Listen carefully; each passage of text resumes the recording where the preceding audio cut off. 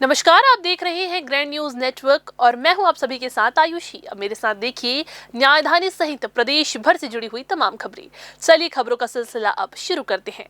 Rail यात्रियों के लिए एक बेहद ही जरूरी खबर सामने आ रही है। आपको बता दूं कि रायपुर रेल मंडल के हथबंद तिल्दा नेवरा सेक्शन में रोड अंडर ब्रिज निर्माण कार्य के चलते 11 जनवरी को ट्रैफिक कम पावर ब्लॉक लिया जा रहा है।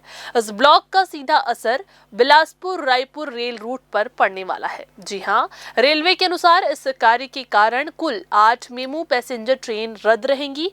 इनमें 11 जनवरी को 6 मेमू ट्रेनें और 12 जनवरी को 2 मेमू ट्रेनें शामिल है। इसके अलावा झारसुगुड़ा गोंदिया झारसुगुड़ा मेमू पैसेंजर को 11 जनवरी को बिलासपुर में ही कैंसिल कर दिया जाएगा।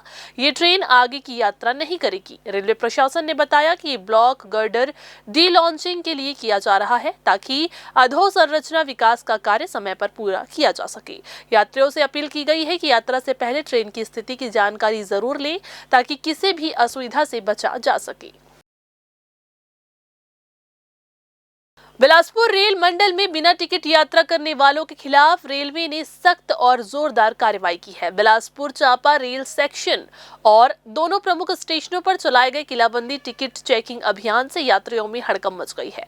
इस विशेष अभियान के दौरान बिना टिकट यात्रा कर रहे 418 यात्रियों को रंगे हाथों पकड़ा गया, जिनसे 2,86,000 रुपए से अधिक का जुर्माना वसूल किया गया है। कुल मिलाकर रेलवे ने 634 मामलों में 3,74,700 रुपए का जुर्माना वसूल कर साफ कर दिया है कि अब नियम तोड़ने वालों पर कोई रियायत नहीं मिलेगी। जी हां, रेलवे अधिकारियों के अनुसार इस दौरान 25 ट्रेनों में सघन टिकट जांच की गई। जांच में बिना टिकट यात्रा के साथ साथ अनियमित टिकट के 187 मामले और बिना बुक किए गए लगेज के 29 मामले भी सामने आए हैं। अनियमित टिकट मामलों में 85,665 रुपए और बिना बुक लगेज से 2,970 रुपए का जुर्माना वसूला गया है।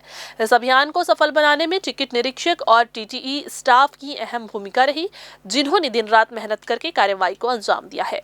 रेलवे ने यात्रियों से अपील की है कि यात्रा से पहले टिकट जरूर लें, नियमों का पालन करें और जुर्माने व परेशानियों से बचे रहें। शहर के 4 स्वामी आत्मानंद उत्कृष्ट इंग्लिश मीडियम स्कूलों से एक बेहद ही चिंताजनक और झकझोर देने वाली खबर सामने आई है। कभी सरकारी शिक्षा तंत्र की पहचान बने ये मॉडल स्कूल आज खुद संकट में है। जी हां, डीएमएफ यानी जिला खनिज संसाधन न्यास से फंड नहीं मिलने के कारण प्रशासन ने ऐसा फैसला लिया है, जिसमें करीब 300 मासूम बच्चों का भविष्य अधर में लटका दिया गया है। जी हां, देखिए खास रिपोर्ट। बिलासपुर के तिलक नगर, लाल बहादुर, तारबहार और लाला लाजपत राय, इन 4 स्कूलों में चल रही नर्सरी कक्षाओं को बंद करने का आदेश जारी कर दिया गया है। ये फैसला न सिर्फ चौंकाने वाला है बल्कि शिक्षा सत्र के बीच लिया गया एक बेहद गैर जिम्मेदाराना कदम भी माना जा रहा है। स्वामी आत्मानंद स्कूलों की शुरुआत तत्कालीन सरकार ने गरीब और मध्यम वर्ग के बच्चों को निजी स्कूलों जैसे मुफ्त और गुणवत्तापूर्ण अंग्रेजी शिक्षा देने के उद्देश्य से की थी। पहले पहली से 8वीं, फिर 12वीं तक और बाद में पालकों की मांग पर नर्सरी कक्षाएं शुरू की गई, लेकिन अब वही बच्चे, वही पालक और वही स्कूल सब असमंजस में है। हैरानी की बात यह है कि इन 4 स्कूलों में नर्सरी के लिए सिर्फ 6 शिक्षिकाएं कार्यरत है और इन्हीं के वेतन के लिए डीएमएफ से फंड नहीं मिल पा रहा है। इसी कारण नर्सरी कक्षाओं को बंद करने का फरमान जारी कर दिया गया है। बीच सत्र में नर्सरी बंद होने से बच्चों को न तो परीक्षा का अवसर मिलेगा, न ही दूसरे स्कूलों में आसानी से प्रवेश। अधिकांश पालक गरीब और मध्यम वर्ग से आते हैं, जिनके लिए निजी स्कूलों की भारी फीस देना नामुमकिन है। प्रशासन का कहना है कि 8 फरवरी से नर्सरी कक्षाएं बंद कर दी जाएंगी। इस सत्र में अस्थायी रूप से सरकारी प्राइमरी स्कूल की शिक्षिकाएं बच्चों को पढ़ाएंगी, लेकिन अगले सत्र से नर्सरी पूरी तरह से बंद हो जाएगी। 4 विद्यालय हैं जहाँ पर नर्सरी से लेकर केजी 2 तक की क्लासेस लगती थी। वहाँ पर संविदाहीन कर्मचारियों को रखे हैं और जिसके कारण जो है खनिज न्यास से वेतन नहीं मिलने के कारण, मानदेय नहीं मिलने के कारण उनको जो है विभाग असमर्थ है, वेतन नहीं दे पाएगा या मानदेय नहीं दे पाएगा, जिसके कारण उनको निकाला जाएगा। तभी शिक्षकों को निकाला गया है। उसके बाद जो है इन लोगों के ऊपर भी होगी, कार्रवाई करेंगे इनके ऊपर भी। और साथ जो है जो केजी 2 में बच्चे हैं उनको हम आने वाले सत्र में क्लास 1 में ले लेंगे और केजी 1 वाले और नर्सरी वाले जो बच्चे हैं उनको बाहर जाना होगा या एक तरह से कहें कि ये जो कक्षाएं हैं इन विद्यालयों में जहाँ संचालित हो रही थी वहाँ पर ये बंद हो जाएगी। सवाल बड़ा है, क्या फंड की कमी के नाम पर मासूमों की पढ़ाई कुर्बान कर दी जाएगी? क्या मॉडल स्कूल अब सिर्फ कागजों तक सिमट कर रह जाएंगे? जवाब अब शासन और प्रशासन को ही देना होगा। कैमरामैन गोलू कश्यप के साथ भारतेंदु कौशिक की रिपोर्ट। खैरागढ़ जिले से एक सनसनीखेज मामला सामने आया है, जहां पैलीमीटर गांव में शराब दुकान मार्ग के पास सड़क किनारे एक नरकंकाल मिलने से इलाके में दहशत का माहौल बन गया है। मौके पर ग्रामीणों की भीड़ जमा हो गई है। वहीं पुलिस ने घटनास्थल को सुरक्षित कर जांच शुरू कर दी है। पैलीमीटर गांव में उस वक्त अफरा तफरी मच गई जब ग्रामीणों ने शराब दुकान जाने वाले मार्ग के पास सड़क किनारे एक नरकंकाल देखा। सूचना फैलते ही बड़ी संख्या में लोग मौके पर पहुंच गए। ग्रामीणों के अनुसार गांव का ही एक युवक बीते करीब 1.5 माह से लापता था, जिसकी गुमशुदगी की रिपोर्ट पहले ही थाने में दर्ज कराई गई थी। आशंका जताई जा रही है कि मिला नरकंकाल उसी युवक का हो सकता है। सूचना पर मुहगांव थाना पुलिस मौके पर पहुंची। पंचनामा कार्यवाही के बाद कंकाल को कब्जे में लेकर पोस्टमार्टम के लिए मेडिकल कॉलेज राजनांदगांव भेजा गया। कंकाल के पास से मिले कपड़ों के आधार पर परिजनों ने उसकी पहचान अनाड़ी ध्रुवे उम्र 33 वर्ष के रूप में की है। थाना प्रभारी रोहित रजक के अनुसार प्रारंभिक जांच में ये संभावना जताई जा रही है कि कुछ माह पहले इस क्षेत्र में बांध का पानी भरा हुआ था और शराब के नशे की हालत में युवक पानी में गिर गया, जिससे उसकी मौत हो गई। पुलिस मामले की हर पहलू से जांच कर रही है और पोस्टमार्टम रिपोर्ट के बाद ही स्थिति स्पष्ट हो पाएगी।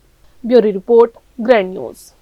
इधर अचानक मार्ग टाइगर रिजर्व में हुई फायरिंग की सनसनीखेज घटना ने वन विभाग की कार्यप्रणाली पर गंभीर और खतरनाक सवाल खड़े कर दिए हैं। ये मामला दिसंबर के अंतिम सप्ताह का है, लेकिन हैरानी की बात तो ये है कि घटना का वीडियो सामने आने के बावजूद एटीआर प्रबंधन लंबे समय तक आंखें मूंदे बैठा रहा।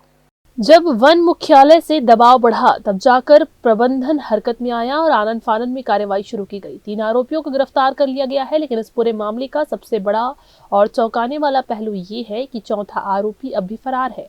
सूत्रों के मुताबिक फरार आरोपी एक भाजपा नेता का बेटा बताया जा रहा है, जिसके चलते राजनीतिक दबाव में कार्रवाई कमजोर होने के आरोप लग रहे हैं। स्थिति ये है कि सर्च वारंट जारी होने के बावजूद एटीआर प्रबंधन फरार आरोपी को पकड़ने में अब तक नाकाम रहा है।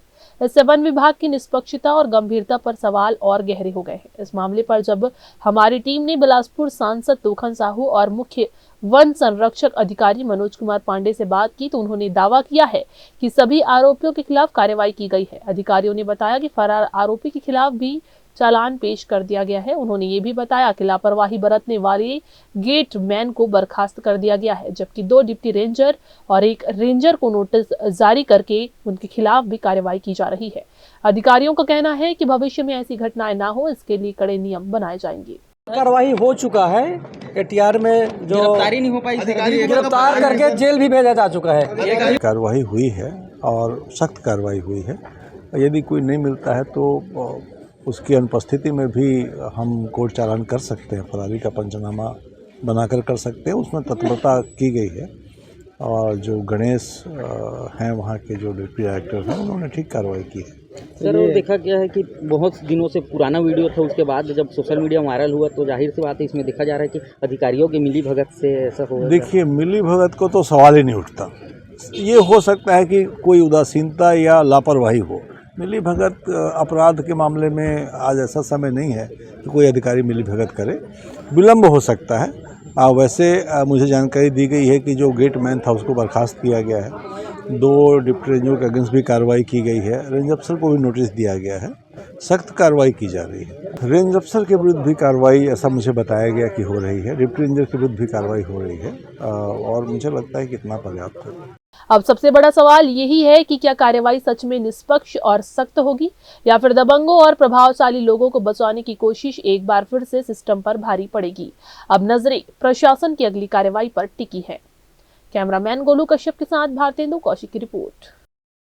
बिलासपुर के Chhattisgarh state power distribution company limited ने लंबित बिजली बिलों की वसूली को लेकर सख्त रुख अपनाते हुए 5 लाख रुपए से अधिक बकाया रखने वाले टॉप 10 बड़े उपभोक्ताओं की सूची जारी कर दी है। विभाग के मुताबिक इन 10 उपभोक्ताओं पर कुल बकाया राशि 1,19,38,642 रुपए से अधिक है, जो लंबे समय से जमा नहीं की गई है। सूची में शैक्षणिक संस्थान, होटल, रेस्टोरेंट्स, व्यावसायिक प्रतिष्ठान और निजी उपभोक्ता भी शामिल है जिन पर भारी भरकम बिजली बिल बकाया है। बिजली विभाग ने साफ कहा है कि सभी बड़े बकायेदारों को भुगतान के लिए अंतिम सूचना दी जा चुकी है और तय समय सीमा में राशि जमा नहीं होने पर बिना किसी भेदभाव के कनेक्शन काटे जाएंगे। साथ ही नियमानुसार पेनल्टी और कानूनी कार्यवाही भी की जाएगी। विभाग का दावा है कि अभियान के तहत पहले बड़े बकायेदारों पर कार्रवाई कर राजस्व हानि की भरपाई की जाएगी ताकि ईमानदार उपभोक्ताओं पर अतिरिक्त भार न पड़े। लेकिन सवाल ये है कि आम उपभोक्ताओं के मामले में विभाग की सख्ती तुरंत नजर आती है। 10,000 से 15,000 रुपए बकाये होते ही बिजली काटने विभाग की टीम वहां पर पहुंच जाती है, जबकि करोड़ों के बकाये वाले रसूखदार उपभोक्ताओं पर कार्रवाई अब तक सिर्फ नोटिस और सूची जारी करने तक सीमित क्यों है? क्या इन प्रभावशाली बकायेदारों पर वास्तव में समय सीमा में कनेक्शन कटेगा या फिर कार्रवाई कागजों तक ही सिमट कर रह जाएगी? अब देखना होगा कि बिजली विभाग अपने दावों पर कितना खरा उतरती है या फिर ये मामला भी भेदभावपूर्ण कार्रवाई की मिसालें बनकर रह जाएगा। आखिर ये कैसा भेदभाव है बिजली विभाग का? तो ये थी आज की बुलेटिन की तमाम खबरें। अगले बुलेटिन में फिर होगी आपसे मुलाकात। तब तक के लिए पूरी टीम के साथ मुझे दीजिए इजाजत। नमस्कार।